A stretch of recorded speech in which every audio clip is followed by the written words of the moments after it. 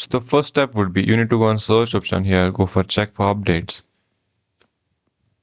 And here check for updates and make sure everything is up to date. After that, you need to recognize your GPU quality. For example, if I go right click here and go show more options, and here you go, it is NVIDIA control panel. If in case you have Intel control panel or NVIDIA control panel, so that means that kind of quality you have in your graphics card. I have NVIDIA, so I need to download NVIDIA app. The video has been made about that if you want to download the app. So here you need to first search for NVIDIA app.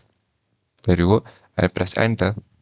Here on the left side, you need to go for drivers, and here on the right top side, you can see this check for updates. Click on it. If any updates is here, you will see rather than reinstall button, you will see reinstall button, and then press on install and install every update and every permission it needs. And after that, you should restart your PC. And if that does not even work, what you need to do, you can just simply reinstall the game, and it will fix your issue. That's your last step, and that's your final step. It will fix your game.